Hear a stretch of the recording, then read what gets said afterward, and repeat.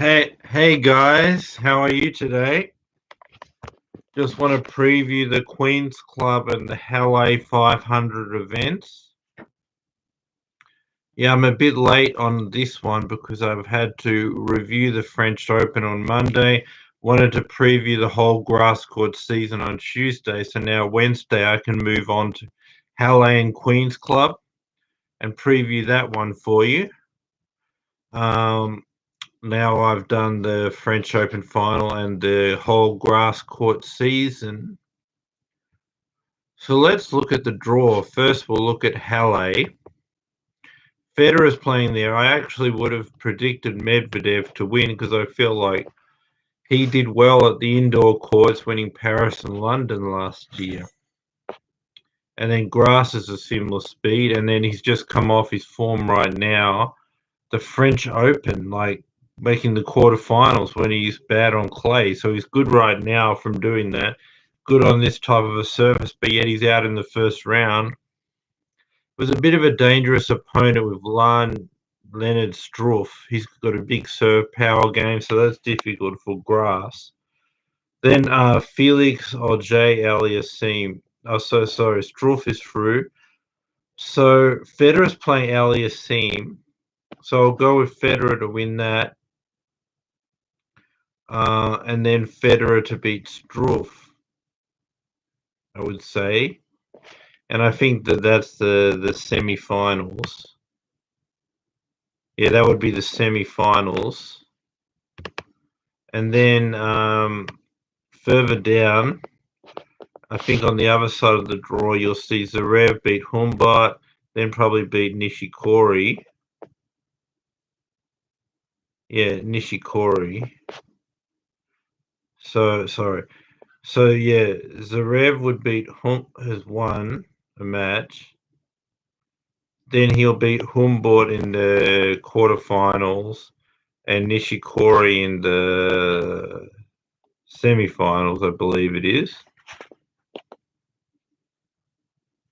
Oh, guys, I must have read this whole draw a bit wrong, actually. So Federer would play. Sorry about this, guys. So Medvedev's out, so that's what's sort of thrown it off. So Zverev would beat Humbert, as I said, then Nishikori. Then he would move through to the semi-finals. Whereas Federer would beat Aliassime and Struff, then he would move through to the semi-finals. Then in the Zverev Federer semi-final, I would go for Zverev, I would say.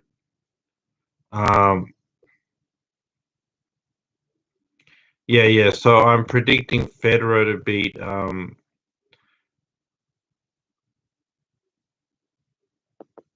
I'm actually reading the draw as I'm doing it on the fly. I'm a bit busy today to do it in advance. But yeah, like I said, Federer would beat Aliassime and Struff and end up in the semi-finals. And then Zverev would beat Humbert and Nishikori and be in the semi-finals. And then I think the Federer-Zverev semi-final match, I think I would go with Zverev. Just because Federer, he's now 40, he's been out for a long time. He hasn't really played much for a year and a half. Yes, he likes on grass, but he's better maybe second week of Wimbledon, finding his game. But like as for now, I think it's a bit early, and at his age, and Zverev's got a huge serve power game. He can really attack and shorten the points, and meet Federer's fire with fire on the court. But it'll be hard for Federer to get his serve back, do much on Zverev's service game. Federer, because he doesn't quite have his 100% level. So if he makes a couple of errors, misses a couple of shots, he's under pressure. Zverev hits a good shot and then he's broken, then he won't be able to break back Zverev. Whereas this grass court where you need to be perfect on your serve or the set's gone, Zverev can do that better because he's been playing and his level's higher. Whereas Federer's finding his way back, it's easy to have a few bad points here and there. But the problem is the set's gone. He won't break Zverev. So I think that'll happen in a couple of sets. Probably 7-6, 6-4 for Zverev, but it could possibly go to a third set. But in such a case, Federer doesn't have the consistency either, so I'll go with Zverev there. So let me just see the other side of the draw. So I've got Zverev in the final. So down on the other side of the draw, like we were meant to have Tsitsipas, but he's gone. So what I would say now on this side of the draw is, oh, sorry, Goffin looks to be the best so far. Khachanov, Rublev. There's not a lot of names on this side of the draw. I mean, I think Rublev defeated Khachanov. He'll defeat Jordan Thompson, and then probably Monfils, maybe. But anyway, there's no one really else. I mean, Rublev and Goffin, but they would meet in the quarterfinals, and Rublev would win that. And then in the semifinals, Rublev would probably beat Monfils, I guess. But there's not really, like, Rublev's not good on grass anyway, but there's not really anyone else. So I'll put Rublev in the final against Zverev. And I'll give it to Zverev in straight sets because I just don't think Rublev's good enough on grass. And being in Germany, huge serve, he can attack, shorten points, take time away. Rublev doesn't have the same type of serve. He needs time to set up for his powerful strokes, wants to get time on his shots, wants to get involved in rallies. But he won't have the time to set up the points. He won't get the rhythm via rallies. The Rev will use the big serve attack, shorten points, take time away, and Rublev would never really get involved in it. So I'm straight sets. I think I'll give that final to Zverev. Federer's probably more likely to get a set off Zverev in the semi-finals. But with no Tsitsipas and Medvedev, the tournament's not looking quite as good. Probably all comes down to that Zverev Federer semi-final, which I'm giving it to Zverev, just due to the fact that when you're still finding your game and you miss a couple of shots here and there, can cause you to lose serve, then you can't break back. You need to be perfect on your serve because it's very hard to break back. But Federer finding consistency probably won't be able to do that. Zverev probably will. That's the key to the tournament. So I'm saying Zverev will be your champion in halle. Now let me go over to the Queen's Club draw. So on one side of the draw, Berrettini is going to play Murray. I'd say Berrettini will win that. Then he'll beat Evans, and then he'll beat probably Marin Cilic. And then move through to the final. The other side of the draw, Shapovalov will beat Lopez. He'll beat Tiafoe. Then he's going to end up in the semi-finals probably against Karatsev. Because Karatsev isn't really playing anyone good. Karatsev would beat Cameron Norrie, Bublik, and then would be in a semi-final Shapovalov against Karatsev, and then Shapovalov would get that.